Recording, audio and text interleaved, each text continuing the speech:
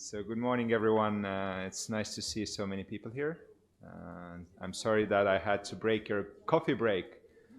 And I know that actually the best training happens always in the coffee room. And the best intelligence is always shared in the smoking room. So that's the two key issues that you can take from my presentation already. So. But who am I? So I'm Mäeker. I'm the head of AML department at the Estonian FSA. So I've been working at the FSA for 8 years now. I started from the bottom. So I've been there on the field, doing the on-site inspections, knowing how the perpetrators work, always trying to be one step ahead, usually for everyone, for the banks, for the law enforcement, for the supervisors. Unfortunately, we are always one step behind, but we are here, and that's why the training seminar is for, to be one step ahead. So that's what my presentation is also built on. I will start with the main messages I would like to give in my presentation, but before I do that, just kind of to link my presentation with the previous one, without us ones. As you all know, that there are two sets of CDD measures, and at least there are, for me, two sets. So the first one is when you onboard a customer. So these are the KYC, know your customer obligations, and then you have the monitoring obligation, and these two are so much connected, because you cannot do the monitoring without knowing your customer, and that's the basis of a true ongoing monitoring. And that's why it was good that without started the presentation and giving you the fruit of what one should look for. And I agree that the standards, the know your customer principle has been always there, but how far you should go, it has been evolving throughout the years, and especially with last year's knowing your customers, truly asking questions who the customer is and why is it banking with you, or why you do service these specific customers, and this is a prerequisite to have a good ongoing monitoring. But the ultimate goal for any ongoing monitoring is to identify actually unusual transactions. When our first presenter told that we are dealing with AML, CFT, or money laundering, terrorist financing, so I would actually go beyond, because banks and supervisors no longer deal with money laundering nor terrorist financing. So you all know that since 2012, when the FATF standards changed, they went to corruption. We are talking about political exposed persons. So this is not money laundering yet, because corruption in itself is a predicate offense. We are talking about proliferation. That is also different. We are talking about sanctions. Now new cases evolve. We are talking about human trafficking. This is also a predicate offense. And we, the supervisors, the banks, the law enforcement, the FIU, we should all investigate that. So I would go beyond, and I would say that the same principles, the same know your customer principles are actually there to identify financial crime, not money laundering, terrorist financing, but an overall obligation to fight against organized crime. And that is something that is happening today, or that is at least expectation. But how can we fight against organized crime, and how can we find those unusual transactions? It is, in our opinion, through IT solutions. And we see that they should be more sophisticated, smarter, and they, at least partly, they should run real time. And here, of course, you should take into account the risk-based approach. So I'm talking about riskier business. I'm talking about those service providers that have more customers, that serves riskier customers, that provide riskier business products.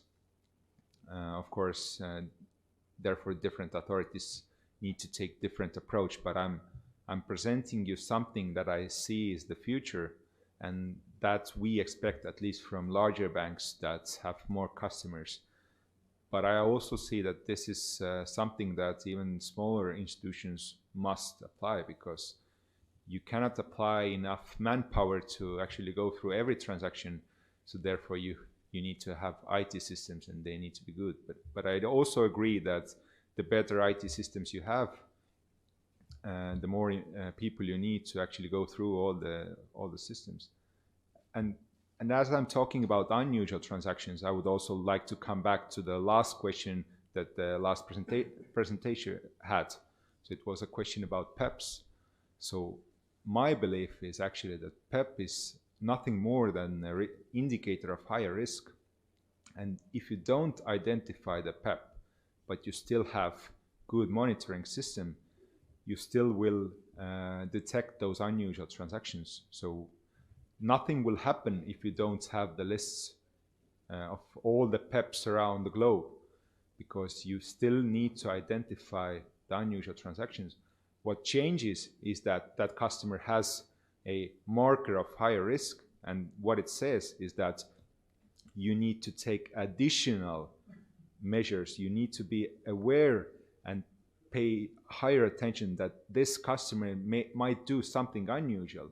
But if you have sufficient monitoring systems in place, they should either way detect unusual transactions of any customer, including the PEP that one institution has not identified. So this is my 2 cents on the PEP question. The second main message is that we need to have good data quality. So this is a prerequisite. If you don't have good KYC information, if we don't have databases that contain all this information, we are not able to monitor transactions. Monitoring should be divided between first and second line of defense, so taking into account the usual 3 lines of defense. So this is something new that the other regulators don't tell, and I will later on explain why I'm telling that the second line should also, in specific cases, also do some kind of ongoing monitoring or deal with that. And the last point is that not only supervisors should be tougher in enforcing those issues, but supervisors should also help the supervised entities how to build the systems. And I think this is also key here, not to leave the supervised entities alone, but to provide them always with information how they should be built on and what is the expectation, because otherwise they are left alone.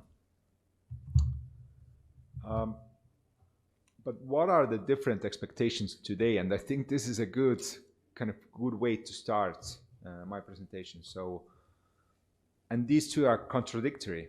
If you're looking at what the FATF says, what are the the main ways how to combat money laundering, terrorist financing, they say it's through law enforcement, through FIU. So they are the main players that should identify money laundering and terrorist financing, should pursue the criminal cases. So there's a typo as well there.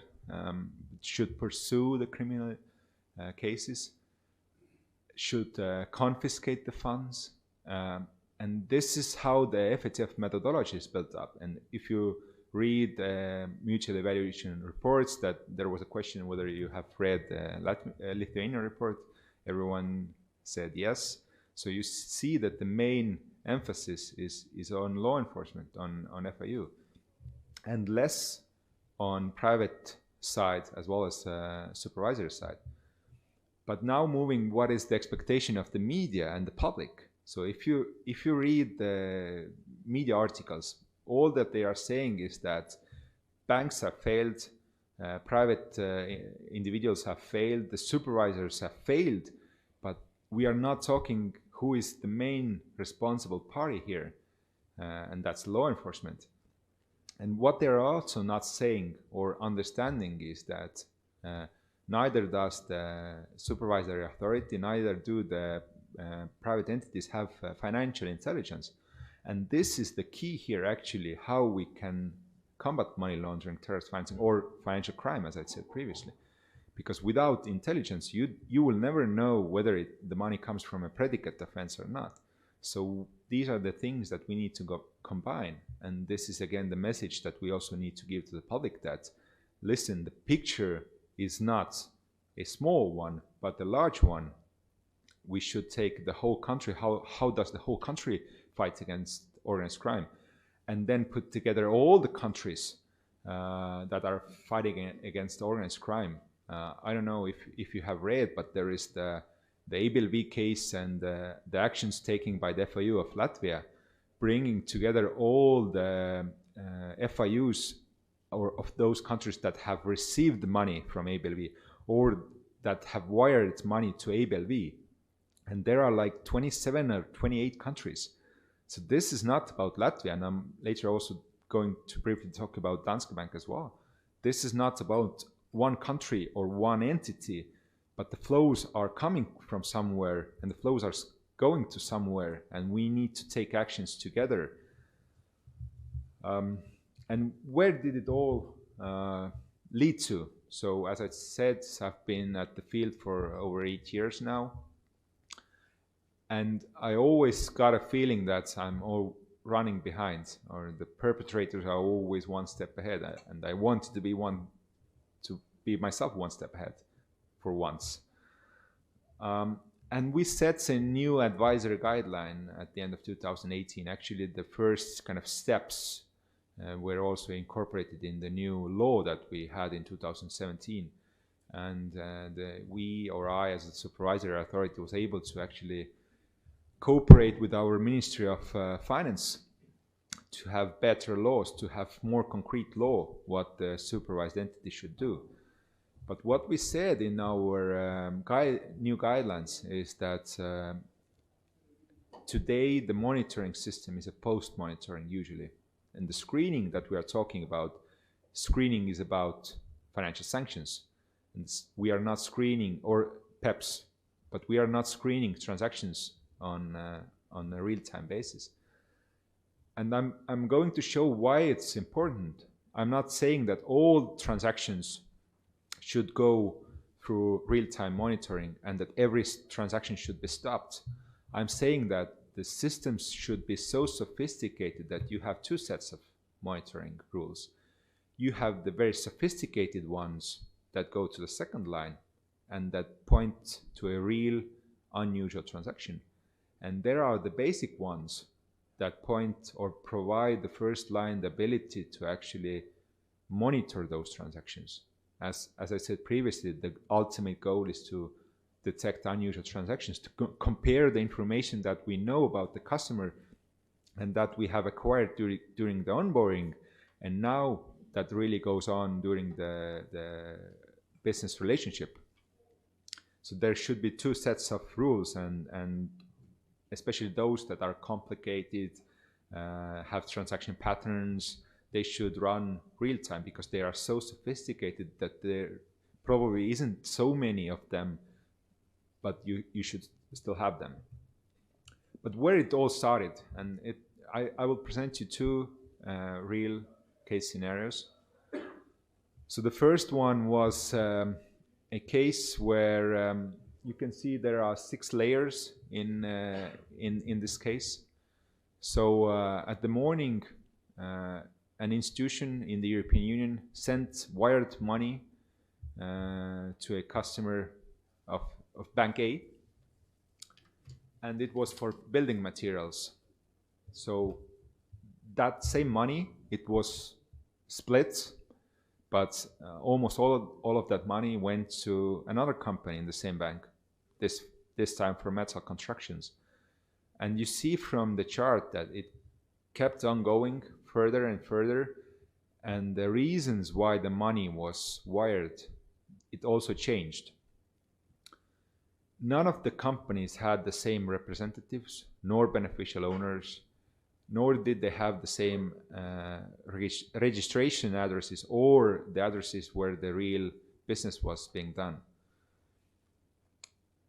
I discovered that, and I saw it was unusual to have this kind of layering. This is called the layering stage. If you know, money laundering has 3 stages. It's the placement where the criminal money is put into the system. Then you have the layering when they try to clean it up, and then there's an integration stage where the money pops up into the real system. And this is the true layering here going on. And I had a doubt back then that they are actually working in concert. So what I did, I also asked IP addresses. And when I tried to match the same date when the transactions happened, I saw that you see that 4 of the first transactions happened within an hour.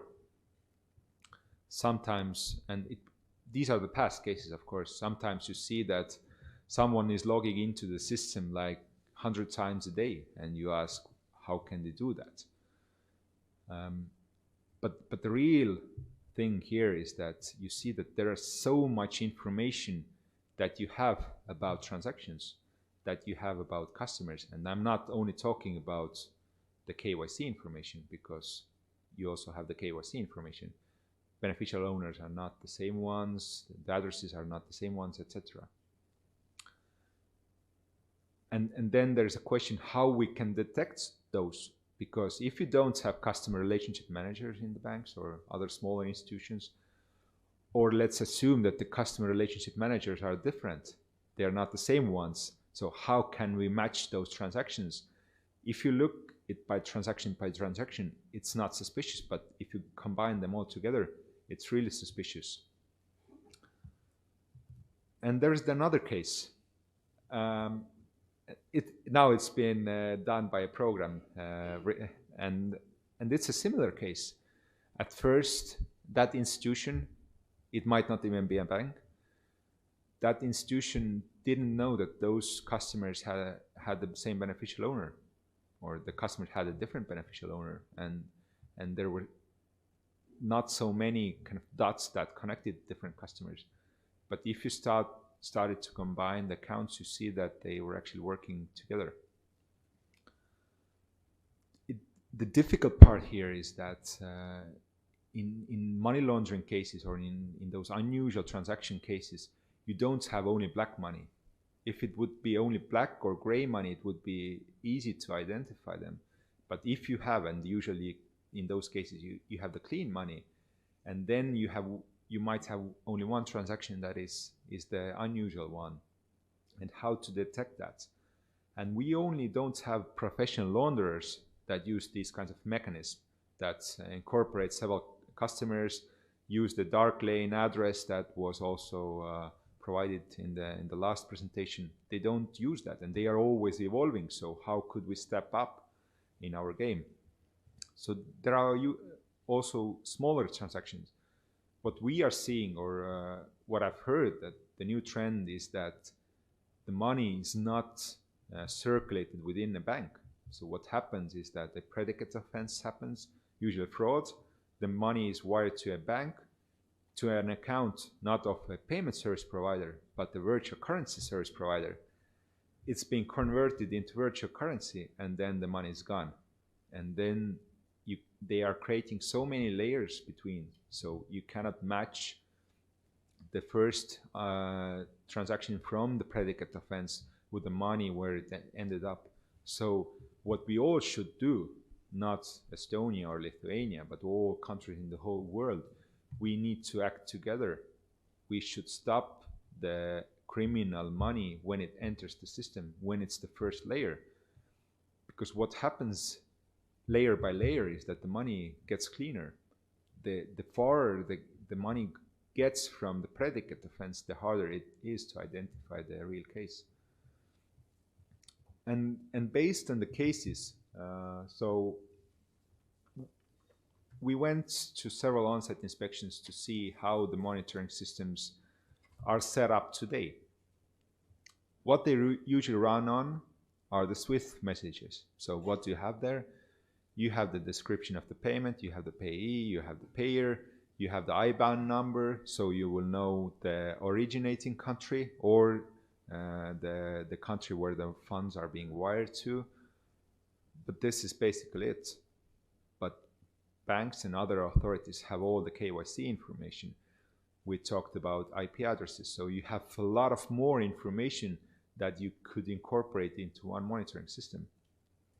And today the scenarios are a combination of the first is whether it's a transfer or a cash.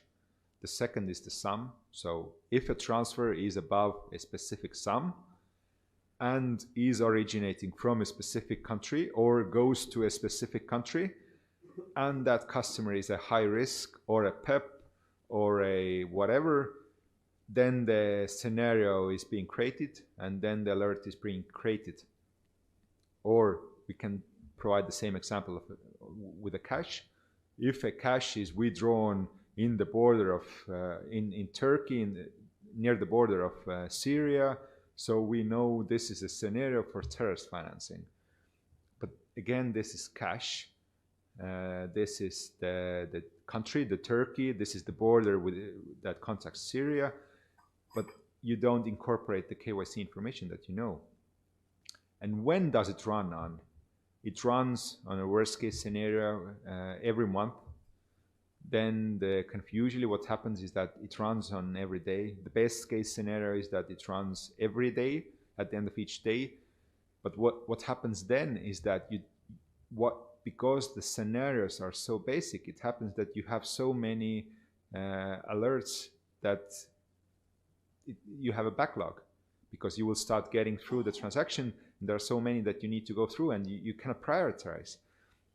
But going back to this case, the money is gone. And it might be that the same money has passed the system a second time. And you have, in ABLV case, you have 28 countries. So who then gets to know where the money is by the time the real monitoring starts to run? So that's why we are saying that it should run at least some scenarios on a real-time basis, ongoing. That's real ongoing. And to help our market participants, so as I said, we have a new guidelines, and to me, I'm most proud of actually the annexes. If you haven't read our guidance, and I hope it might be also useful to you in Lithuania, and we have it in English. The annexes that we have provided, and I haven't seen other regulators, supervisory authorities doing that, we have provided specific methods and kind of case files that we have seen, indicators of unusual transactions that we have seen. I have brought out 3 of them. So these are the real case scenarios that we have combined into our guidelines. We have seen them operating.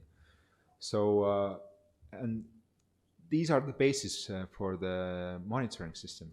You can take those indicators and see how you can incorporate them into your own ongoing monitoring. So I will quickly run through them. So the first one, a very unusual case where a customer is from one country, the beneficial owner is from another country.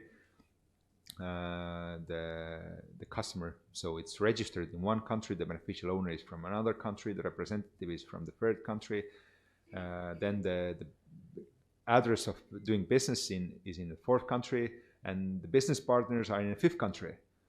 So if you don't ask questions, and if you don't have scenarios, questions about why do you have that kind of business logic? So why isn't it easier to incorporate the company in the same country you are doing business with? Why is the beneficial owner in a different country? So the real question is to ask questions from, and to put doubt on the things that you are being given or you are being provided. I talked about IP addresses. So of course in Estonia we don't have an obligation that all IP addresses should be analyzed real time, and our banks have started to incorporate IP addresses into their monitoring systems.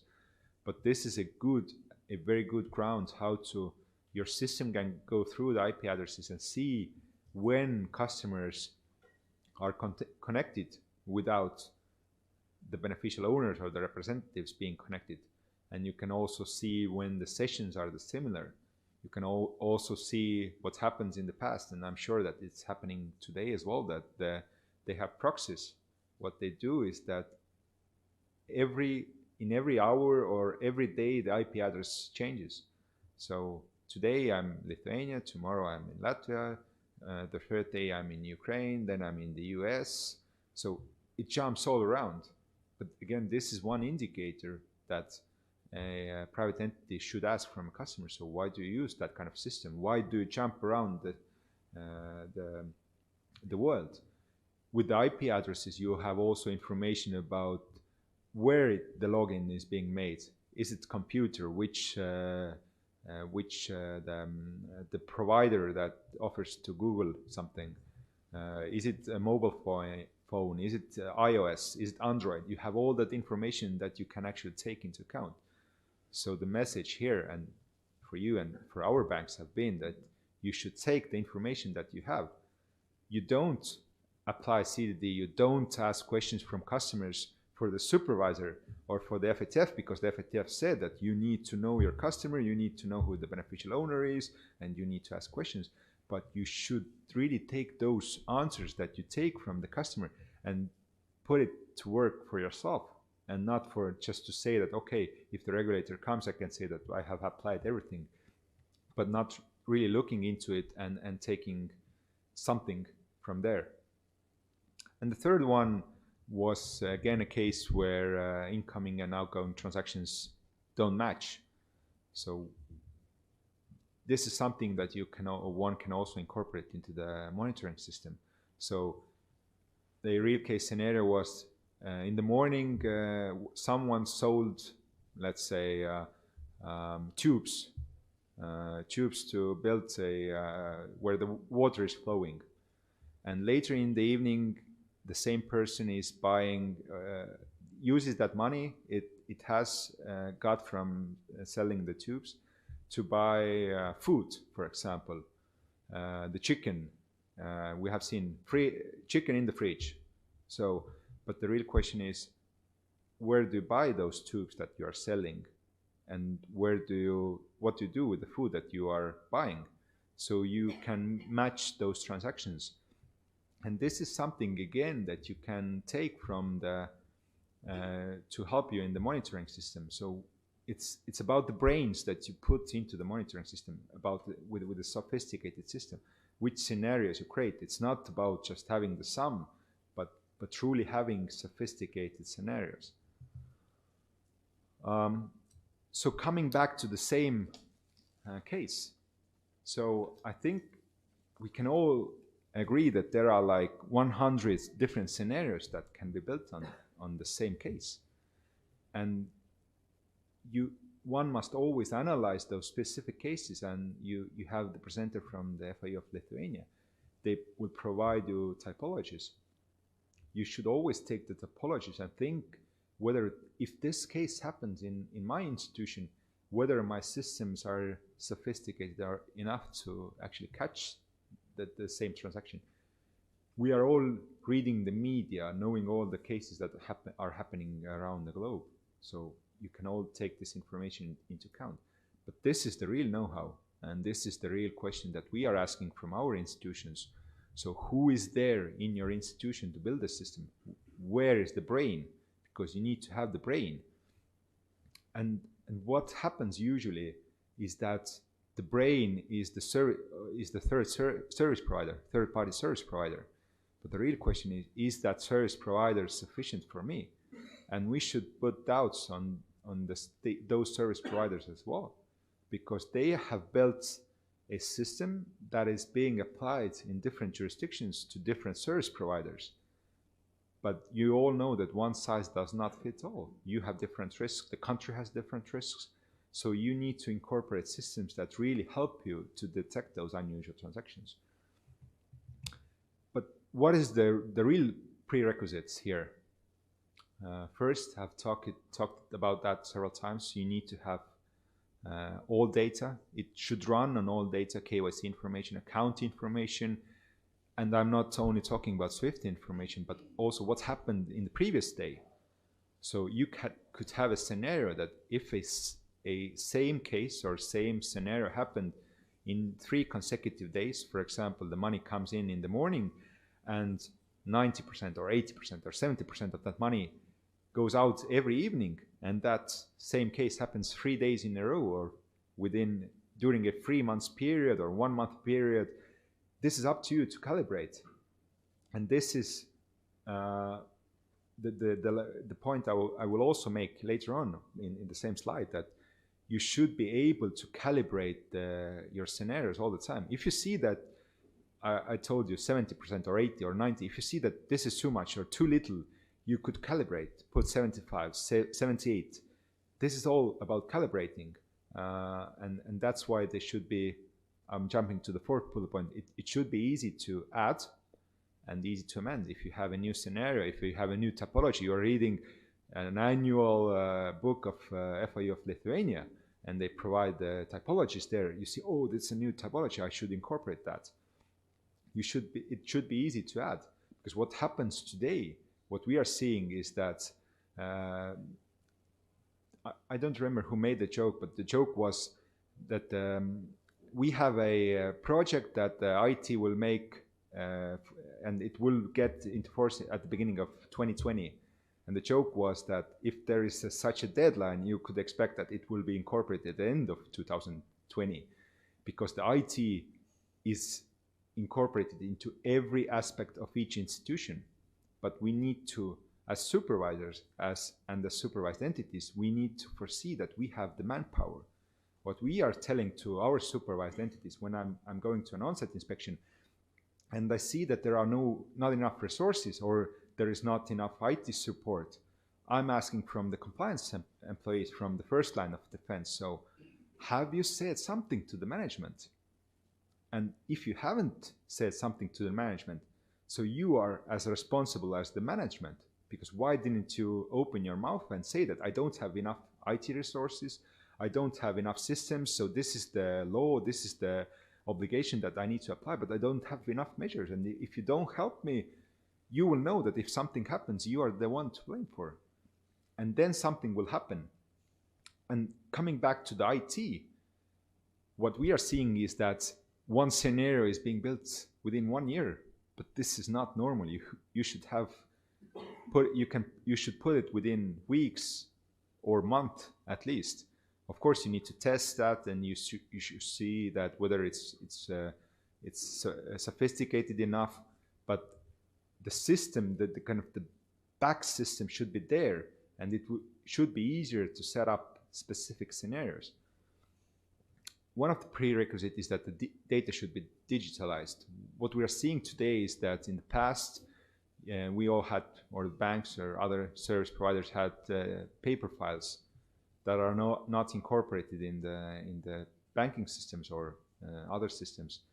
So, but if you don't have that information digitalized, you cannot do the ongoing monitoring.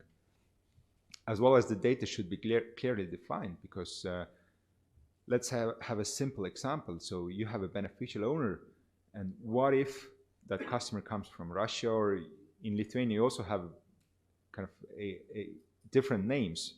You have different characters. So how do you spell those same names? You need to have the same name to be spelled in the same way. What we are seeing today in Estonia, or in some cases, is that you have the first name and last name. So in the database you have the same person other way around, last name and first name. And then the question is whether the system can actually extract and know that this is the first and this is the last name. You have different pronunciations or different variables of the same name, but you need to know that it has been set similarly in the system. And the analytical environment should also be sophisticated. That's what we see. Again, as I started my presentation, we are looking also into the future, what the future should look like. And I see in my head at least that the system should be that there's a alert being generated. You know that this is the customer. You have all the information about the customer. This is the customer. This is the beneficial owner. This is the representative. It's being situated in that address. Then you might have information where that same beneficial owner has, whether that same beneficial owner has other accounts. You might have information or should have information about what is happening on the accounts. So what services does that customer take? Are they loans, only payment service providers, securities? Does it operate with cash or not? So all that information should, and what are the volumes, and that all information should be there. And you should be able to actually go beyond. So you see that that same beneficial owner has a separate company. You should go into that company. You should see what happens on the accounts of that same customer, and not just jump around between different systems. So different institutions have like 4 to 5 different systems, but it's so difficult to manage how to actually analyze. And one thing also that this system should or could have an opportunity to file an STR from that same system, because you have all this information there. If you are starting to file an STR, you have to compile all the information. You have the account here, you have the KYC information there, and when you compile all that information, it's very difficult to actually file the STR, and you might end up with a case that you're not submitting all the information. So this is the future I'm seeing that we should, in all countries, move towards.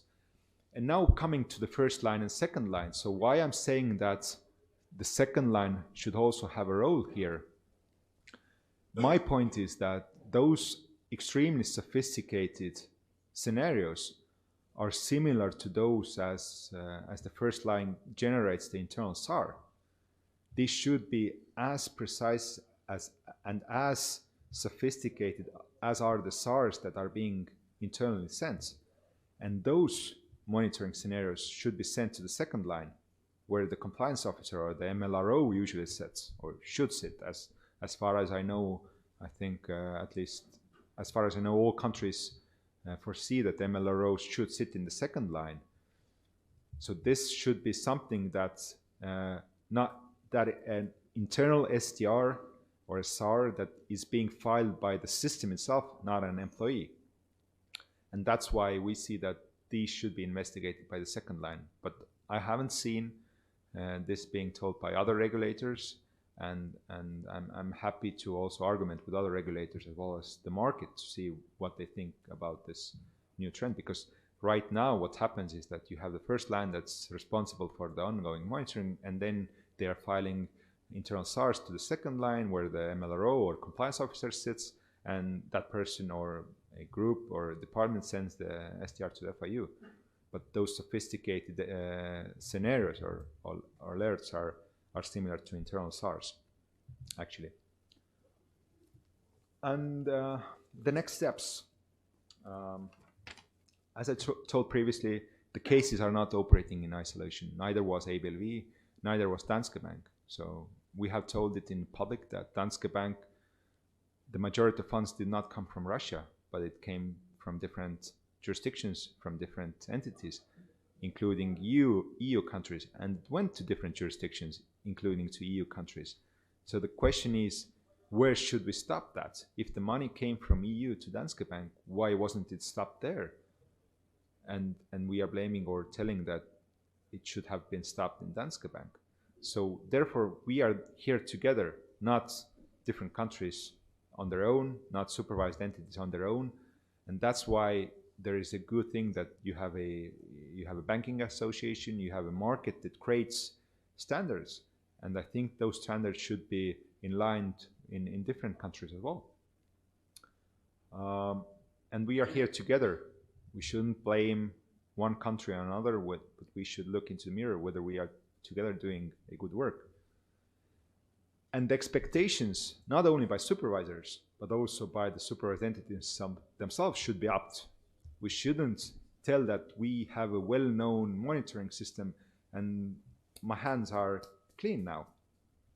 I'm all done because I have a well-known service provider and there is no need for me to do anything else. But we should really question whether those scenarios that, or those service providers that have been incorporated tens of years ago are still up with their game, or should we do our own systems or tell them that we need to evolve the systems.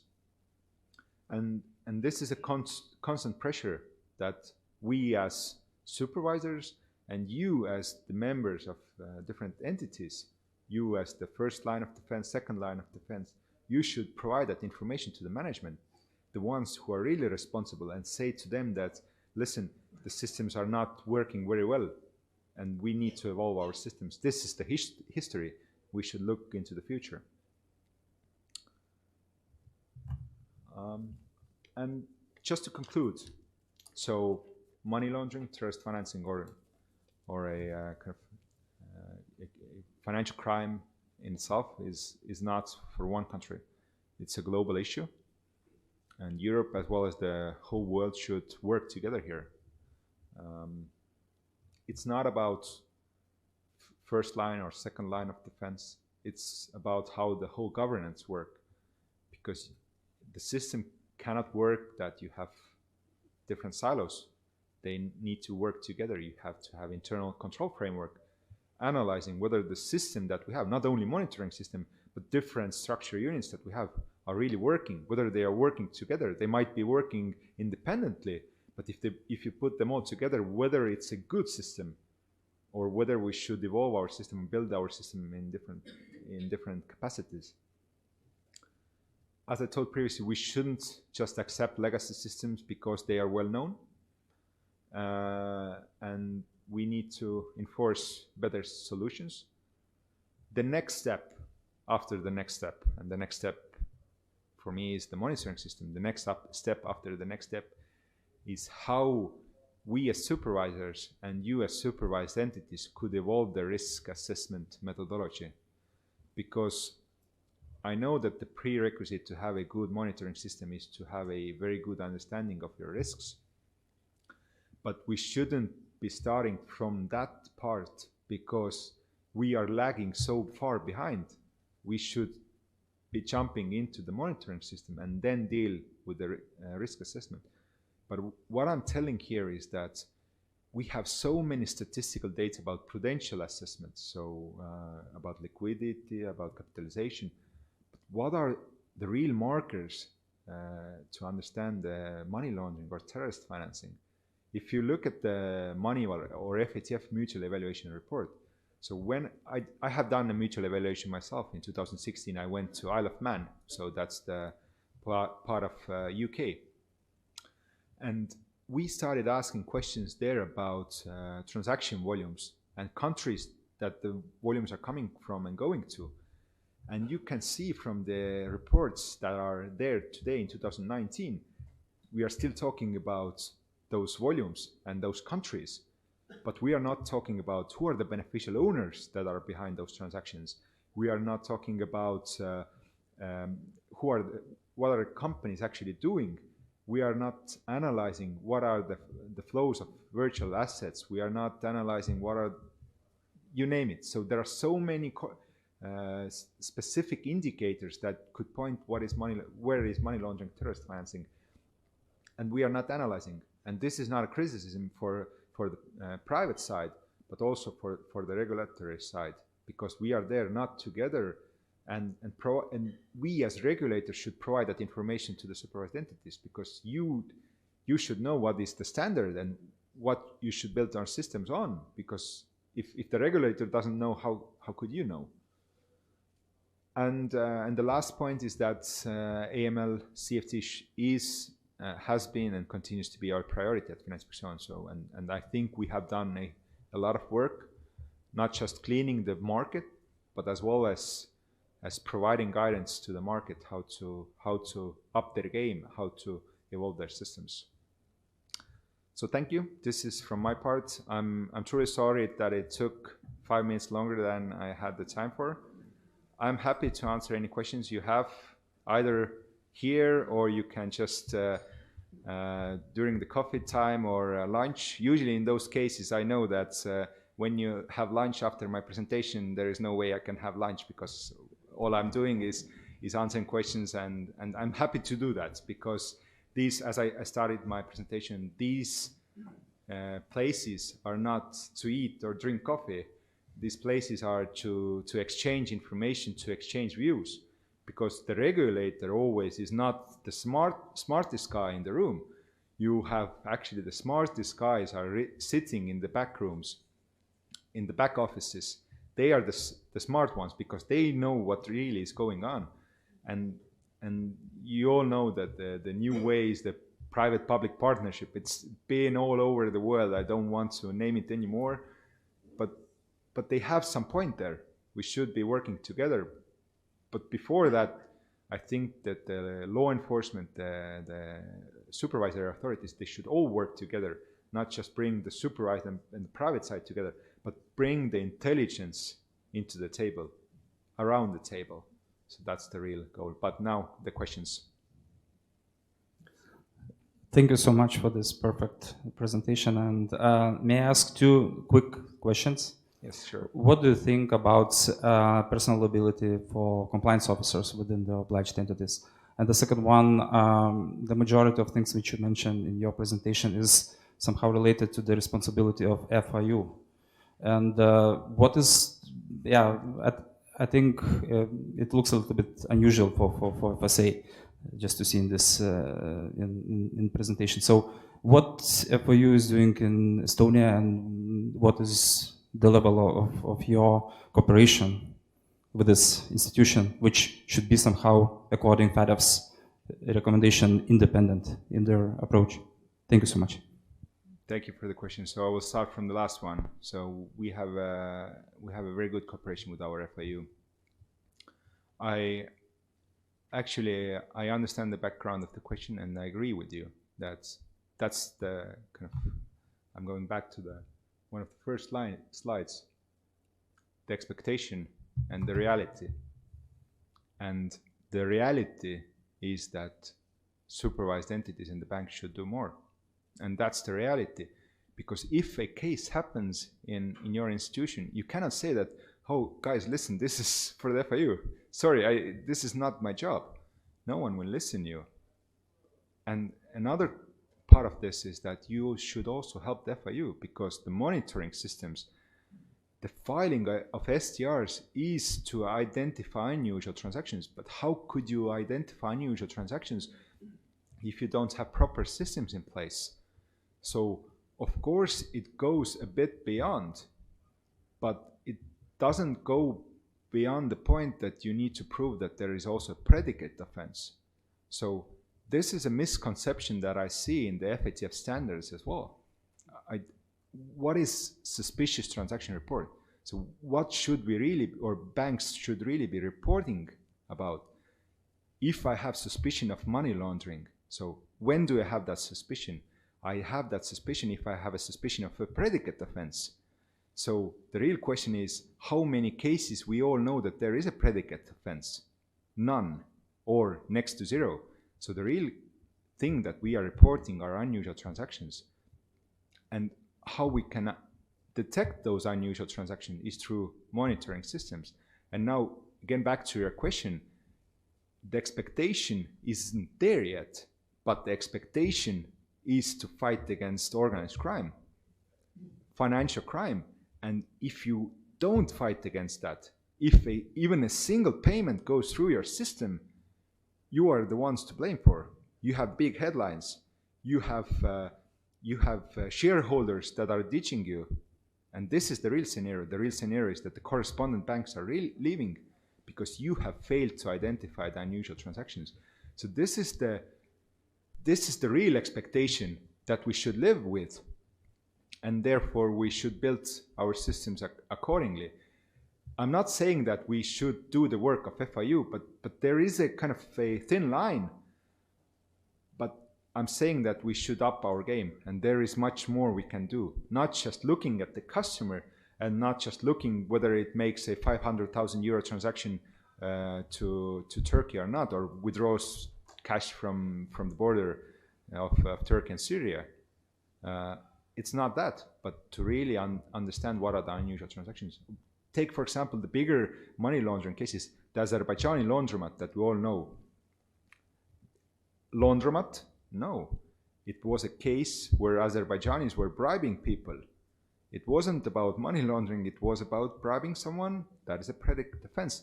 But the banks are supposed to identify that. But how could you do that with basic systems? About your second question about compliance officers, I truly see that we need to build competence, but not just in the compliance side, not in the first line or second line, but also in the supervisory side.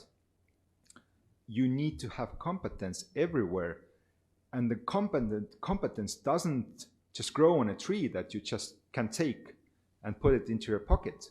You have to work for that. So there was a question about Lithuanian mutual evaluation report, but I should be asking, so how many of you have read the UK report, or the Latvian report, or the US report, or the last one, or one of the last one was Mexico report? So who of you are reading all those reports to try to understand what is where the world is going to actually to have that competence? How many of you are reading what different you have ACAMS, you have RUSI is the new thing that provides sanctions issues. You have different, you can read what the FSA of UK says about in their kind of fines, when they issue a fine, what they say about what is the expectation. You have different podcasts, so this is about doing the work, and it's not about regulator, but also everyone sitting within the bank. And it's not that the regulator should say that you should do something differently, but the same thing should come from the private side as well. Listen, regulator, we are seeing issues there, or listen, FIU, we are seeing issues there. How we can all fight against the same issue? Because I know that it might be happening in a different bank, but we are all losers here because correspondent banks are leaving because of that bank, but I'm sitting in another bank. So what I'm saying is that this is no longer an issue of a compliance officer or a specific bank or even for a specific country, but for regions and for the global world. And that's why this is, for example, this seminar is a very good one, because we can share our thoughts here and provide probably a different perspective.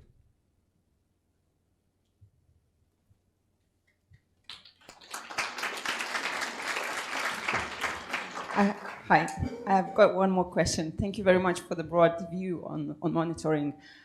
What is your experience in your personal approach to building the procedures for monitoring in the teams as well? When we build the teams and we have different skill sets and we want to provide the standards for monitoring as well, and with the amount of the scenarios that are changing, how do you see that's possible to capture everything in the documentation? I think the documentation is one thing. I'm usually not, I shouldn't say that, but I'm usually not in favor of rules of procedures, because they don't tell you actually anything. I'm sorry, but they don't, because you might be changing them all the time and they are always lacking. I can guarantee you that whenever an audit comes to you, the third line, or a supervisor, there are always things that they can criticize you of. But the real thing is whether you have enough rules of procedures that tell you what to do in specific cases. So that is the real. So if the specific expertise you have, that person that has built up the system, in one day leaves, and I can guarantee you he or she will leave because its competitor wants to also have the same system. You have to have sufficient rules in place how the system is really working, and therefore it shouldn't be built on one person, but from the scratch you should incorporate different people.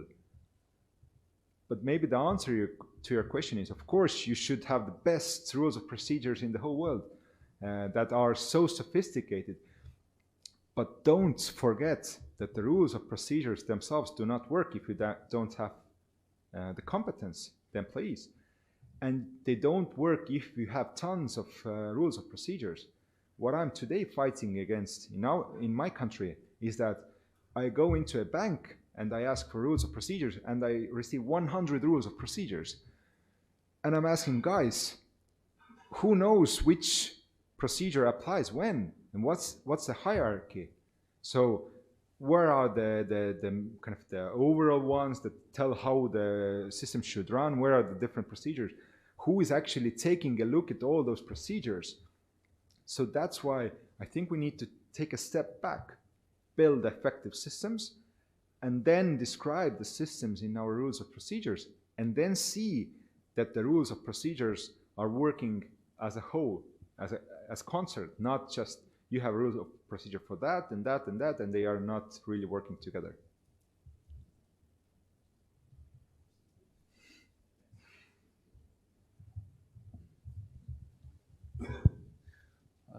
Thank you very much for presentation. It was really interesting for me.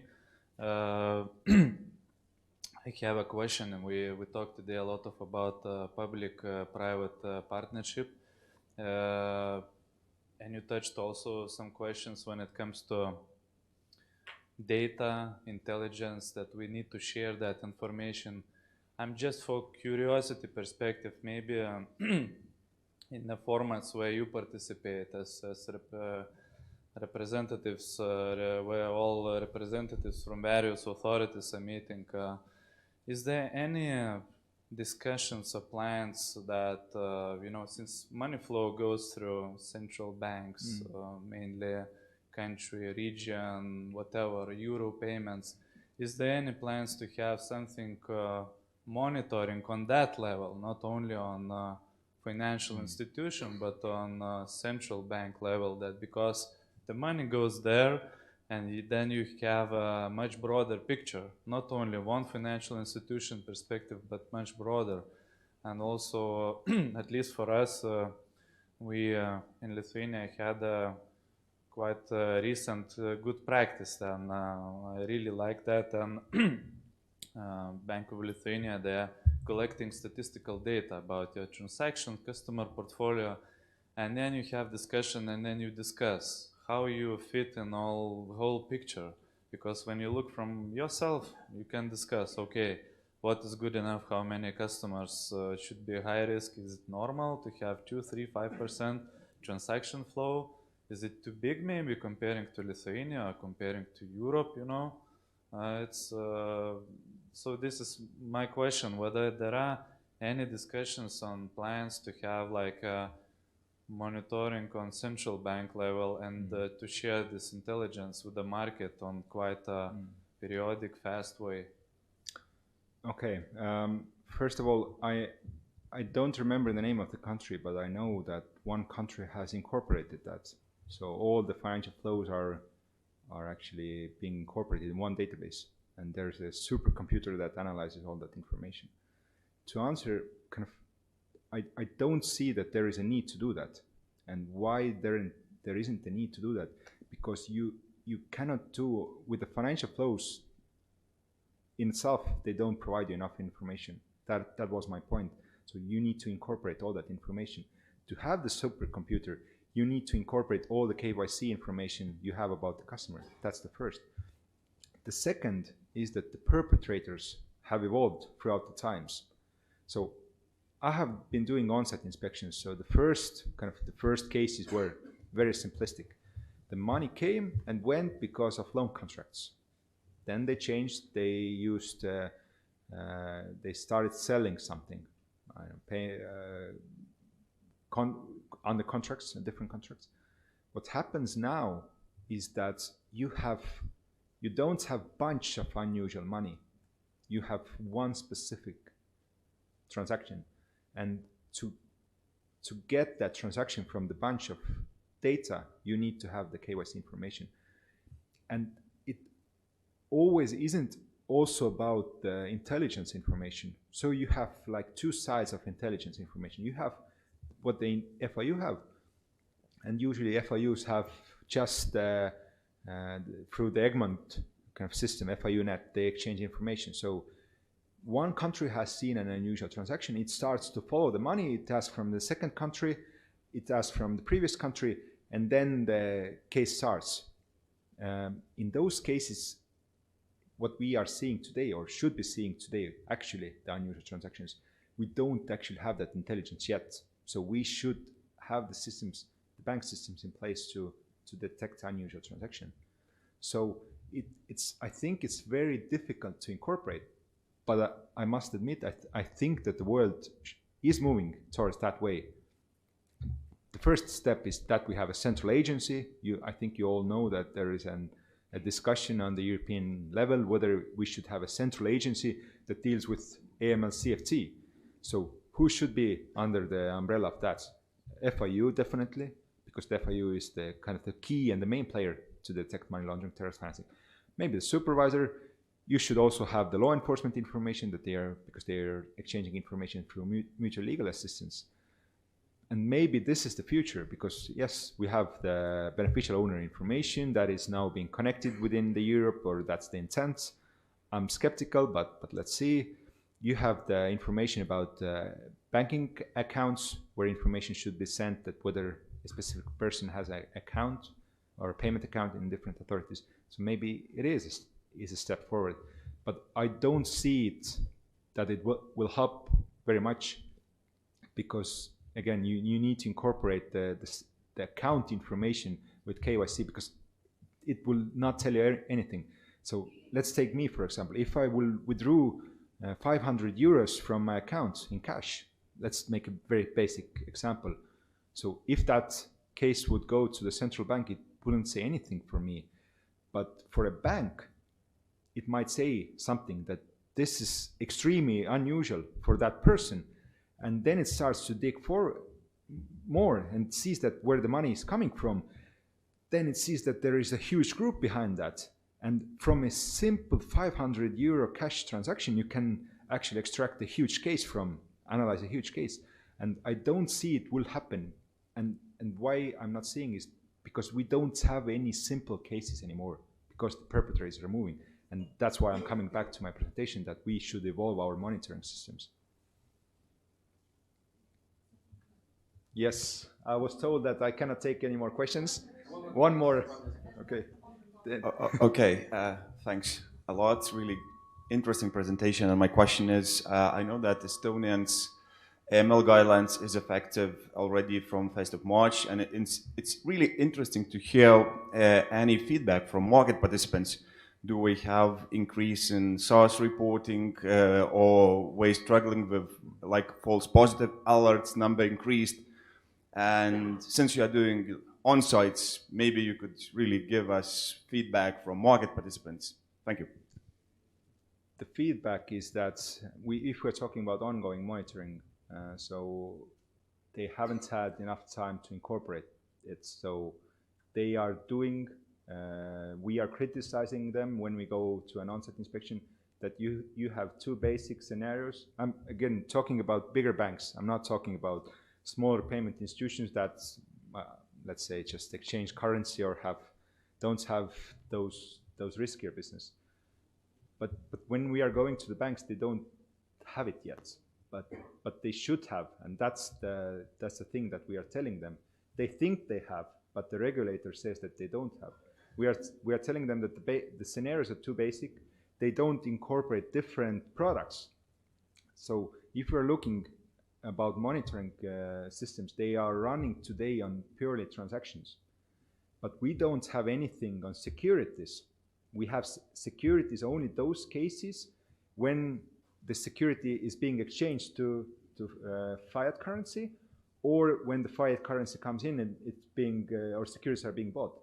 But no specific scenarios on securities. You have the life insurance, you have the fund products. So we should evolve our systems also there.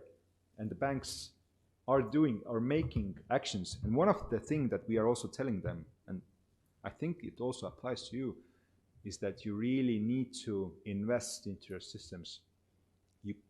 You cannot just only take money out of the system, but you also need to invest to gain money. You have to spend money, and we are telling them that. About SDRs, I always laugh, because after we have finished the on-site inspections, there is always a growth in SDR filing. But I think this is normal in every country. I don't think this is a Estonian specific, but there are also always cases where we see that the system should be evolving. I can talk days about what I also see in the systems, not only monitoring systems, but also how the systems in itself should work together. As I said, it's not about compliance officer. It's not about the first line. It's how they work together, how the internal SARs are being filed. If they are not being filed, why aren't they being filed? Whether the compliance officer provides enough feedback to them. Why aren't you providing the SDRs? And then we move to the FIU as well. I know Viljus is here. I don't know how is his approach, but I see that the FIU should provide feedback. A good SDR, a bad SDR, not enough information, too much information, this kind of information. And if you don't get that kind of information, you cannot actually evolve your SDRs as well. And at the end, it will just hurt the FIU itself, because it keeps getting back bad SDRs or defensive SDRs, whichever SDRs. But we need to there and talk. And that's why actually there was a question about our interaction with the market as well. So last year, I think we had over 200 meetings altogether. Over 150 were with private market. So, and you can also add the phone calls that I'm receiving. When I'm sitting behind my desk, I'm glancing at the phone number. I know already all the numbers, and I'm seeing whether I want to take that call or not. And then they are calling on my personal phone. But that's not an issue. The issue is that the market wants to get that information. And we as regulators, we do everything in our power to provide that information. So we are taking part of the banking association that meets twice a month. So every time we are there, and that's a forum to exchange also kind of information. And to be frank, that's also a source for me to understand that the bank is actually acting badly. Because if they provide me a very silly question or a question that they should know answer of, this is an indicator for me as well that I should go to an on-site inspection. But of course, there's this place to exchange information as well, and that's more important. But the regulator should be there. Estonian regulator is there all the time, providing feedback, not just the guidance, but telling what we have meant in our guidance. Because the guidance, it's 90 pages long. This is the history.